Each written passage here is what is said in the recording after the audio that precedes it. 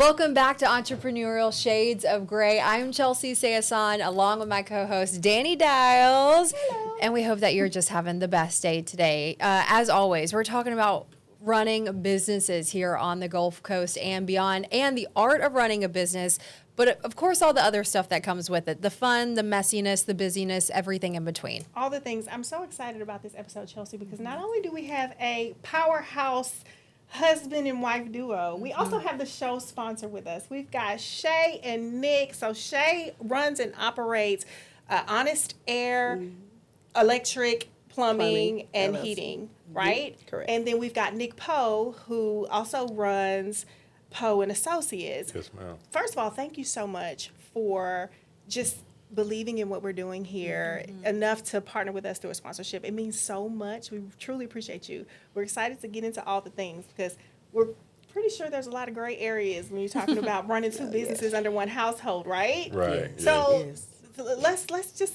before we dive into the deep stuff, what is it like running two businesses under one roof? Like, is it a point where we're like, we're not talking about work anymore? What? Tell us.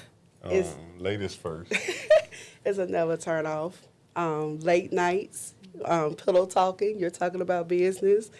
On vacation, you talking about business. Like, we just went to Jamaica in June, and I think it was supposed to be a time for us, let loose and let our head down and relax, and we was working the entire time. So when At the pool, taking calls, making sure invoices are right, making sure the office staff is doing what they're supposed to do, making sure the guys are still doing what they're supposed to do.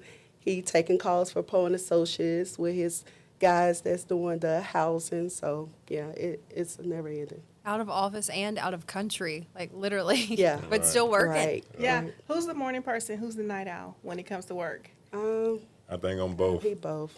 Are you Yeah. both? Yeah. Yeah. I'm morning, late. Late. He gets in later than me sometimes, but a lot of times I'm the last one to lay down because of kids. And so when he gets home, then, he lay down, and then I lay down later on after I make sure everybody's good.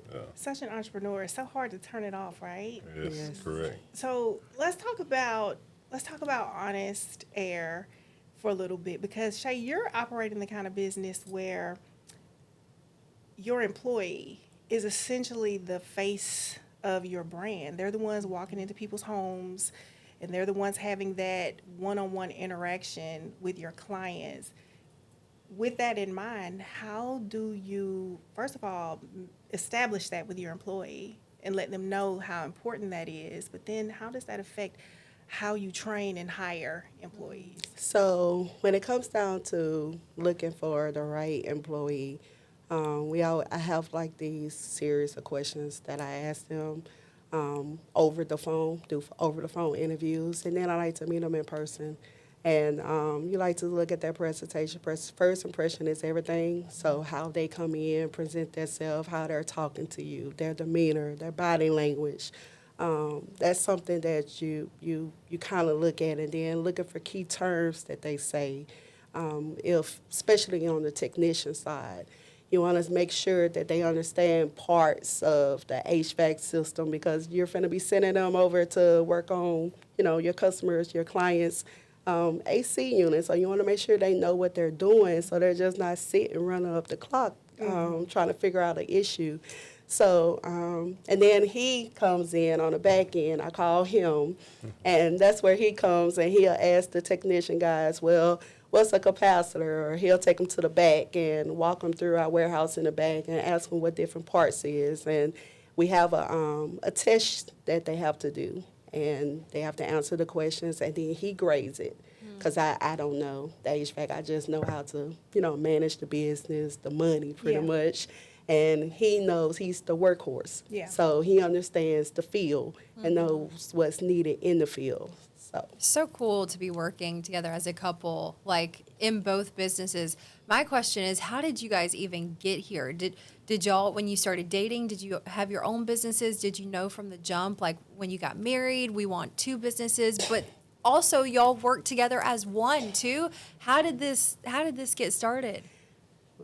Well, so Honest Air started from basically me with rental properties. I had like 2 rentals, paying a guy named Ronald Rocker to do AC work. Yeah, coming through, charging me $1,500 here, $1,000 here. So I kind of took up AC class. So started taking up AC classes to cut out the expense. Fell in love with AC. Started getting better at it. Started working across the Bay at an apartment complex called Bay Breeze. Working for them for about 3 years. I got my AC license. When I got my AC license, 2015, I started Honest Air. At the time, me and my wife, we wasn't together at that time, so I was on a journey on my own at that point. One man in a truck. Yeah, basically doing everything from payroll to the service, installs, collections, changing out units by myself. So yeah, I built it from the ground up, and doing I guess a event of going to the bank. My wife, she heard about. She had some AC problems, and she had Ronald, Mr. Freed, to come do an estimate, and then I came and did an estimate, and we kind of kicked off from there. She was in banking, so yeah. What a love story. I know. So how did the conversation happen in terms of her coming to help you? Did you volunteer, or were you like, I need some help? Did you just kind of pull her into it? No, so I was basically like a cash guy. So when I started, I like the cash. You pay me cash, I shoot you a deal. You know, so I was a cash guy. She basically sold me a what is called A credit card machine. Yeah, a credit card machine, and I bought into it, and she was like, "This is something you need. More customers walking around with cards and this and that." Yeah. She And I sold was- you. Yeah, she got me. So, and it when I started interacting with customers, they started asking about cards, and you know, I had to transition. So it was a eye opening to. He was doing everything by paper. Yeah, All right. his receipts was by paper. His diagnosis forms was by paper. And I was like, okay, so how you going to keep up with who still owe you money? Like, how you actually know who owes you?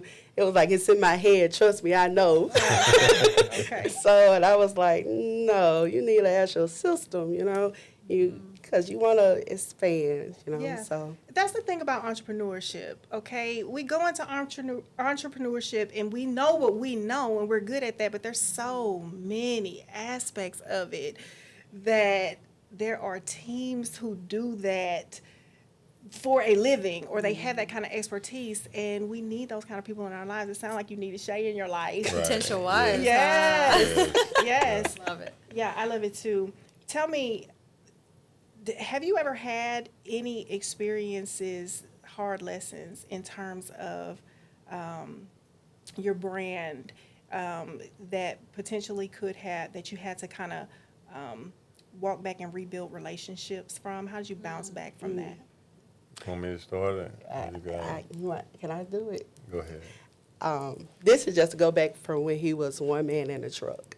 At that time, of course, he was doing favors. You know, he was just trying to make $1. So whenever we started expanding and growing and marketing, Facebook, you know, I think when he went through, when we first met, he had one logo. Then found out that logo was copyrighted. He couldn't use it. Changed that logo. That logo just wasn't really, you know, marketing right. Then we changed to a new logo, and, you know, that's the logo did get. So now we're at a brand new logo again. But he was doing favors for people, and then eventually, I guess, a customer probably seen the growth and, you know, came after him, and then we got hit with a lawsuit. And so then we lost the lawsuit, but thank God we had insurance that covered. And it's so crazy because I think he had just did the job, and the insurance, he got the general liability insurance a month before he did the job, the install. So it wouldn't hit his pockets. He was able to file it on the insurance, and it wouldn't, tank the business at the time. So, and that just comes from growth and understanding. I think we done went through everything there is in regards to business, from bad technicians, flooding an apartment complex, 3 stories, setting the house on fire. Wow. So, wait, back up. Yeah. You set a house on fire? Not him, technicians. Technicians. Yeah. No, not him. He is I call him the AC guru. He can walk down the street and hear an AC unit running, and he could tell you what's wrong with it just by the sound it's making. But yeah, I'm just speaking about employees. Right. And just then we lost contracts from bad employees, not meeting the expectations of the client, bad customer service. We had bad Google reviews. They had to take the whole Google down just because of a bad review. We didn't want that negative, the negative impact to, affect the company or the business. I mean, we had to change the website just to show people, that, hey, we're rebranding, we're under new management. It's everything there is that happened to a business, I think we have endured. I love, too, that you're so open and honest, because there are other businesses out there who learn as they go and may not want to just express all the trials and things that, you go through sometimes. So in terms of just the whole rebrand, because you're going through a rebrand right now. Correct. What are some things that people just might not know that come all along with a total rebrand? It costs. Yeah. Yeah, it costs because the old logo, we had to do away with the old logo, change the website. You have to reroute the trucks because all of our vans was routed. So slowly we're having to reroute all of the vehicles, get new shirts because, our previous shirts that we had, you can no longer wear them because now you want people to know the new logo. You don't want them to see the old brand. So it's expensive. And it takes time, and it takes time to understand that, you got to put this out. You can't just rebrand and just sit on it. You got to rebrand and actually push, and it's going to take some money. So, and you can always use your funds. So sometimes, reaching out to getting like lines of credit to kind of assist with the rebranding process is necessary. Right. I have a best friend who owns a small business, and we talk about with her case, with her family, with her case all the time. I talk about, if something happens at work, I get to go home and just turn my brain off, and it's like church and state, right? It's work and home. For you guys, that's totally different because being small business owners and then also having 2 businesses under one household, work is home and home is work, and you just got to make it happen. You were just being so honest with us, and as Dani said, thank you so much for that. What advice would you have for a local entrepreneur who's kind of going through that rough patch that you guys went through at that point in time? Well, the advice I have is keep going. Yeah. It sounds easy to say, but you got to keep pushing through adversity, trials, tribulations. Issues gonna come.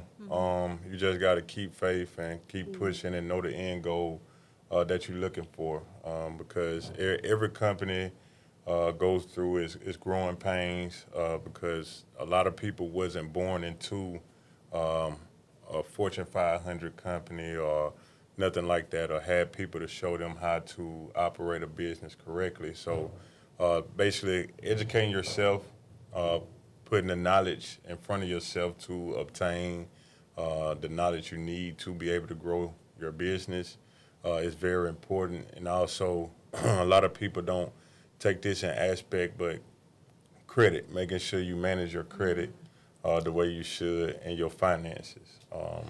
Making sure you basically put back for a rainy day, slow seasons, and so forth like that. So you're not having to lay off as much, and you can keep the key employees that you need that helps move your business along productively. Also, I add, don't be scared to fail. Yeah. You can't be scared of rejection, and you can't be scared of failure. Because it's going to come with it. You may get rejected, something that you probably been, hoping and striving for. It may not just come, but it may not be your time. But that doesn't mean to just give up. Just like he stated, keep going. Yeah, and don't be scared. Don't be afraid. I think that's a common denominator with all successful people. You have to you have to learn how to fail. Right. Right? You have to, because if you never fail and you make it so far and then you do fail, you're devastated. Right. You don't know how to bounce back emotionally, Right. mentally. But once you realize that failure is not the end, you just learn from it and you get back up. It builds like a toughness, right? Like a Right. resilience, For sure. right? Right. Yeah. I say a lot too, even at this job. Like when I have a day, I'm like, oh, I could have done better. Like I just say it's a learning moment because sometimes you really do feel like you make a mistake. I knew better, but it sounds like with you guys and with any kind of job, and especially if you're an entrepreneur, sometimes you don't know better. You just don't know. So sometimes it's just a learning moment, and that's what I respect so much about you guys, because people who are trying to go into this business or whatever business, like y'all are helping them avoid those mistakes or those possible learning moments because they just wouldn't know otherwise. Right. Right. Right. I look at it like if you ever go, like my son D'Angelo, he's playing t-ball. So just watching the kids, the music come on, they dance and they having fun, But we all know baseball coming and it hits your child, it can harm your child. But they don't know, they just having fun. So that's like starting business. Like you having fun, you kind of trying to do something that you like, or you just seen that you're inspired to do, or you want to make mommy happy, or but basically a curveball can come and hit you. It's just about brushing yourself off, getting back up, and try to make a home run the next time. So yeah. Relationship wise, is it taxing sometimes? You didn't even have to finish the question. You didn't have to finish it, Dani. Like, on the way over here, he hung up on me. I was supposed to let him on the way over here because I was like, we're going to be late, because I tell him a time and he'll go off and he'll start doing something else. And then he'll get sidetracked and lose track of time. And then I'm calling and he's not answering the phone. And then I'll call again and he's not answering. Then he'll pick up, Shay, when I don't answer the phone the first time, well, I needed you. And yeah. So, But is this just regular relationship stuff? You know what I'm saying? Or is it the business is different? it be business. Then I get in my feelings and I get emotional. It's stressful. I will tell you, it's stressful because, like, we could be at the office late nights. A lot of people don't know this. Me and work a lot of times until 10, 11 o'clock at night. When everybody has gone home, I come in 4 or 5 o'clock, and I'm going through checks and balance. At the end of the day, you can have staff, but until you can find the right staff, you got to make sure you check. Even with the right staff, you just got to make sure you check everything, because this is your livelihood. And I just refuse to let it fail. So we'll be in there 11, 12 o'clock sometimes working, and we will, like, go at it back and forth about a pricing, about hiring somebody or firing somebody. I mean, it just be back and forth. And then you still got to go home to that person and lay next to that person. But you just was arguing, but you got to know how to, separate it. It's hard to separate. I say you got to have the right partner. That's true. Somebody who understands. That's true. Because regular relationships have its ups and downs. It might be a little more pressure having a business in place, but when both partners and individuals understand the aspect and hands-on with the business, you can kind of understand. A lot of times she want me to, back off and get a superintendent to do this and somebody else to do that, but it's a little hard. Like, I have kind of backed away from Honest Air some, and kind of been locked in and focused on Powe and Associates more, because it's now like my new baby.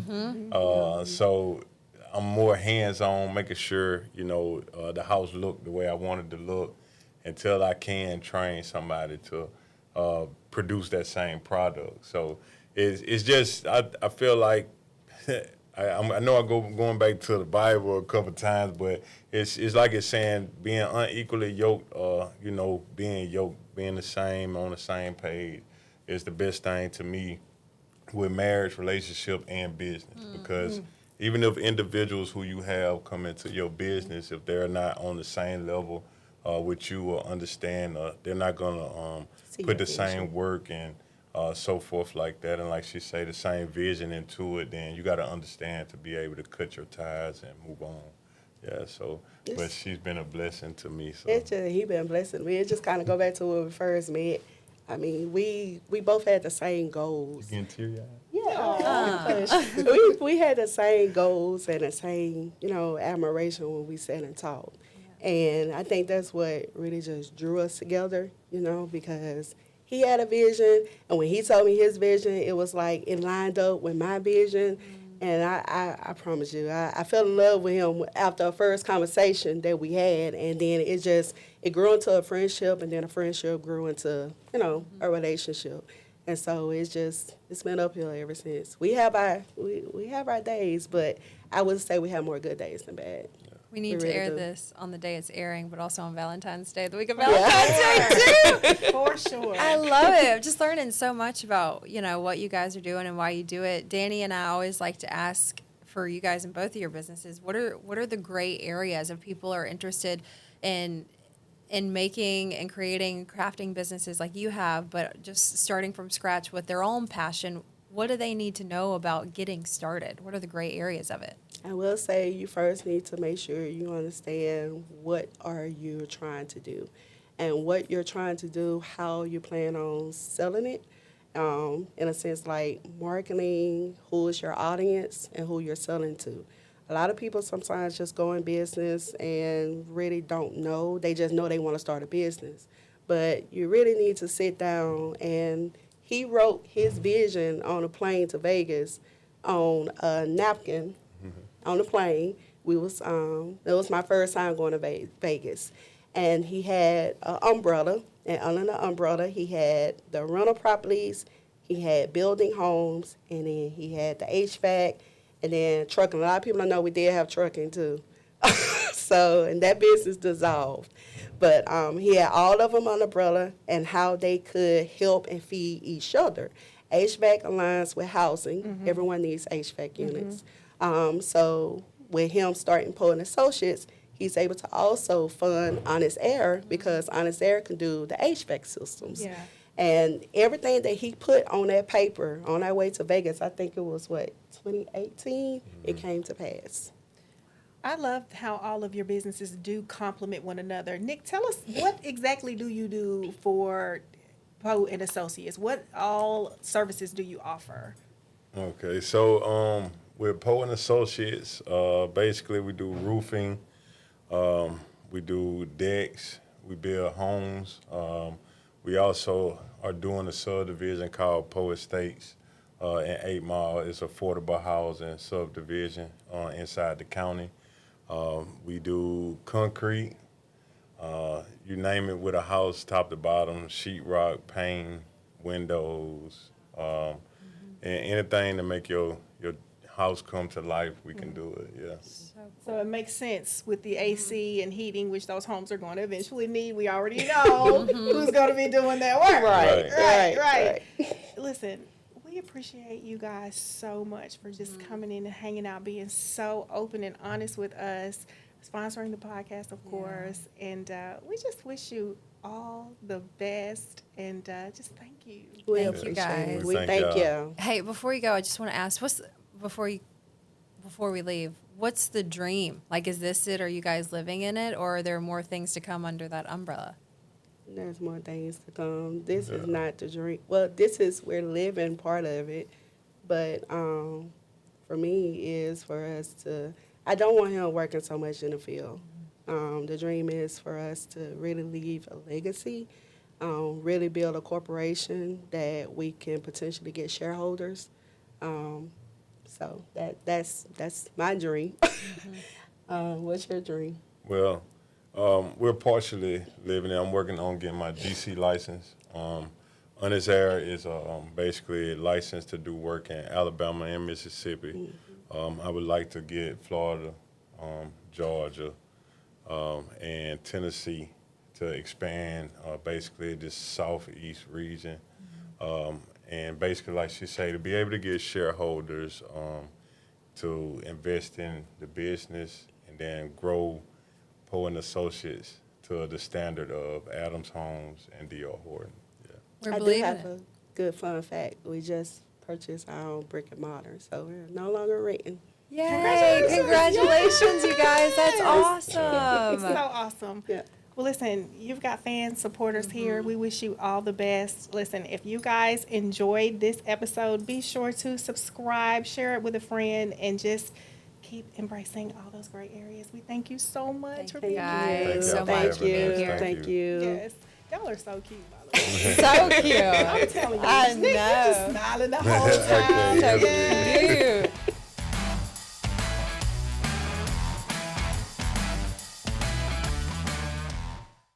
Honest Air Plumbing and Electric is a proud sponsor of this podcast.